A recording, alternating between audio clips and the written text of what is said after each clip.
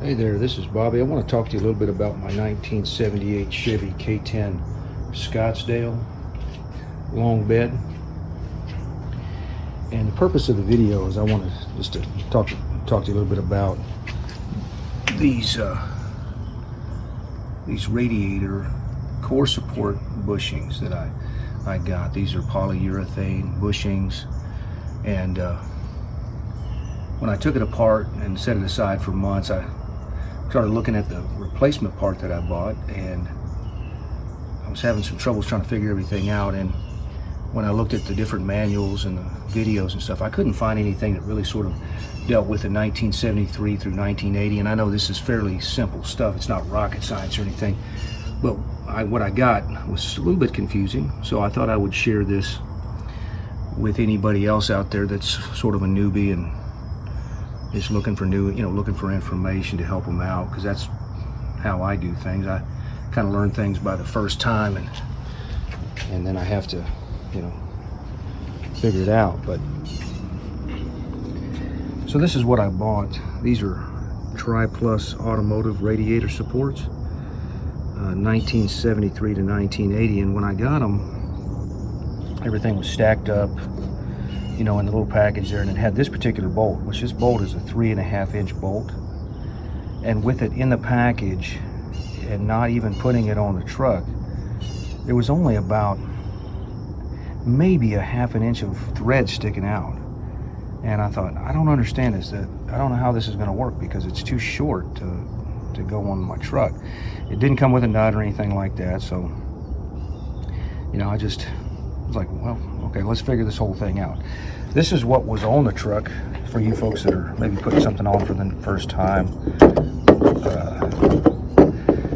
This is the rubber bushing, probably, if I had to guess, probably the stock bushing from 1978. It's pretty rusted out and rough looking, but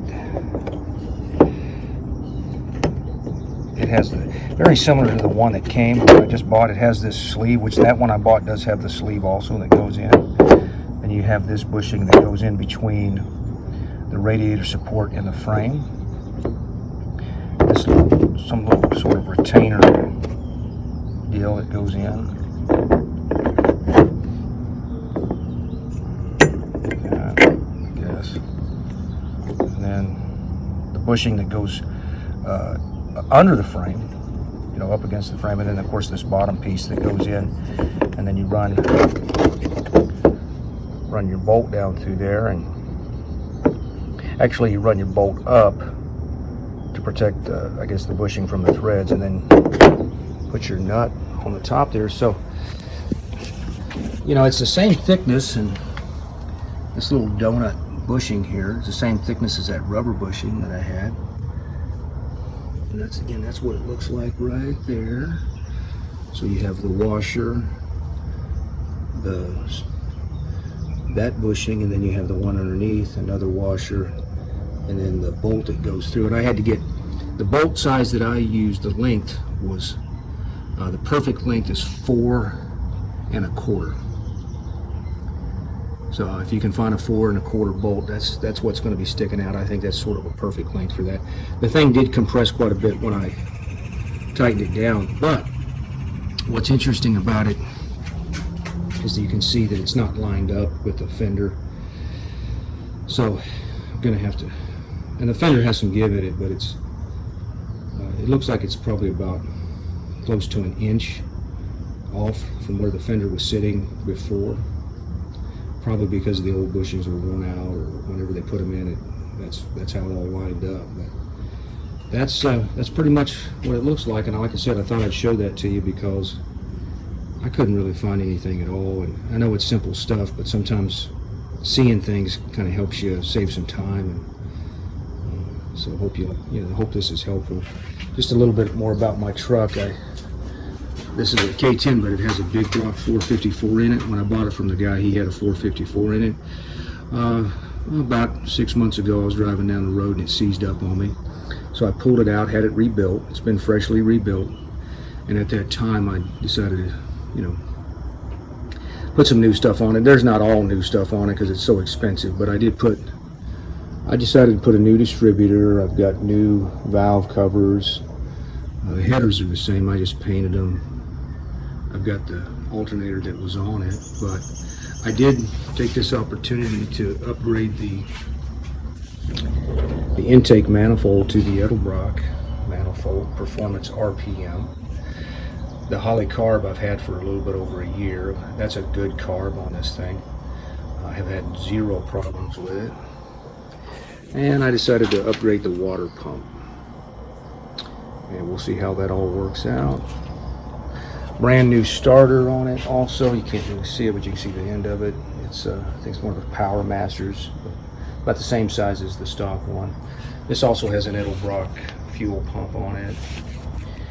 So, and I've got a brand new radiator, one of the Frostbite's radiator I'm going to put in also. I didn't upgrade the fan though, and I probably should have, but maybe I will in the future. But again, a lot of money getting spent on the truck. I will look at it someday. And this is actually sort of a neat truck.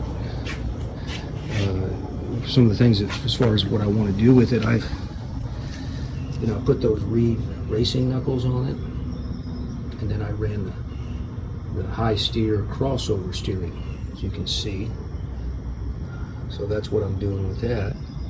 Thought those were pretty cool, and that required the upgrade to a new gearbox, steering gearbox, which is the PSC, and that's a two-wheel drive, but that's what you need for if you're going to go with the crossover steering. Brake booster on it is about 3 years old now. Should have painted it because now it's all rusty. But yeah, this is a 78 K10 Chevy. It's been affectionately named by a buddy of mine as Earl, and I think that's an appropriate name for it, as it was leaking quite a bit of Earl not too long ago. But it's a good old Chevy.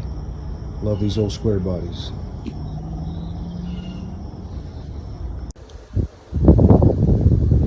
Okay, we've got everything all squared away and buttoned up from after putting on the bushings for the radiator core support. Everything is now lined up pretty good. In order to get to that,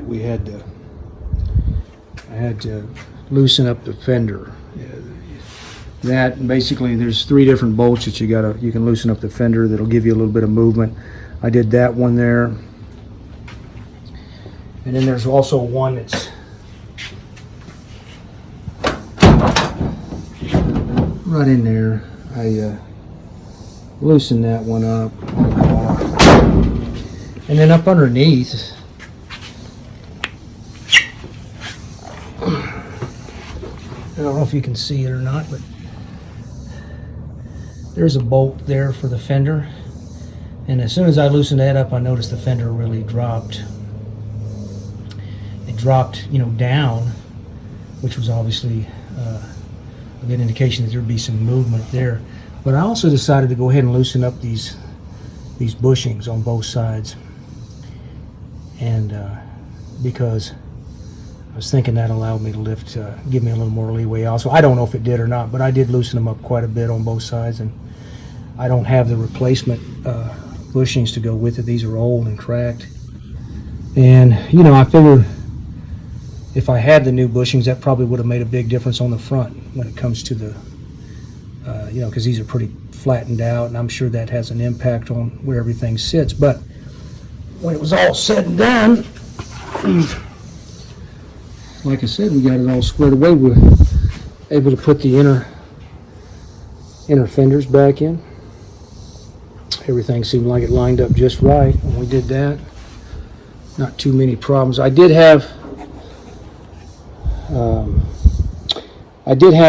have a helper on this because I did have to lift up the fenders quite a bit. I had to put a lot of muscle in that to pick those up, to get these holes to line up on your, to get your holes to line up on, as you go down here on that. You can see those bolts there.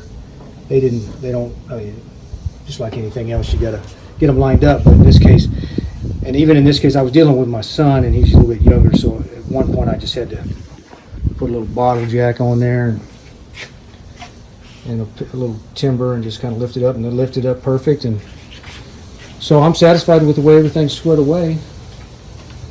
But like I said earlier, you know, putting those bushings in, I didn't quite know the bolt was too short. But I'm ready to move on to the next thing on this truck, which is going to be the radiator.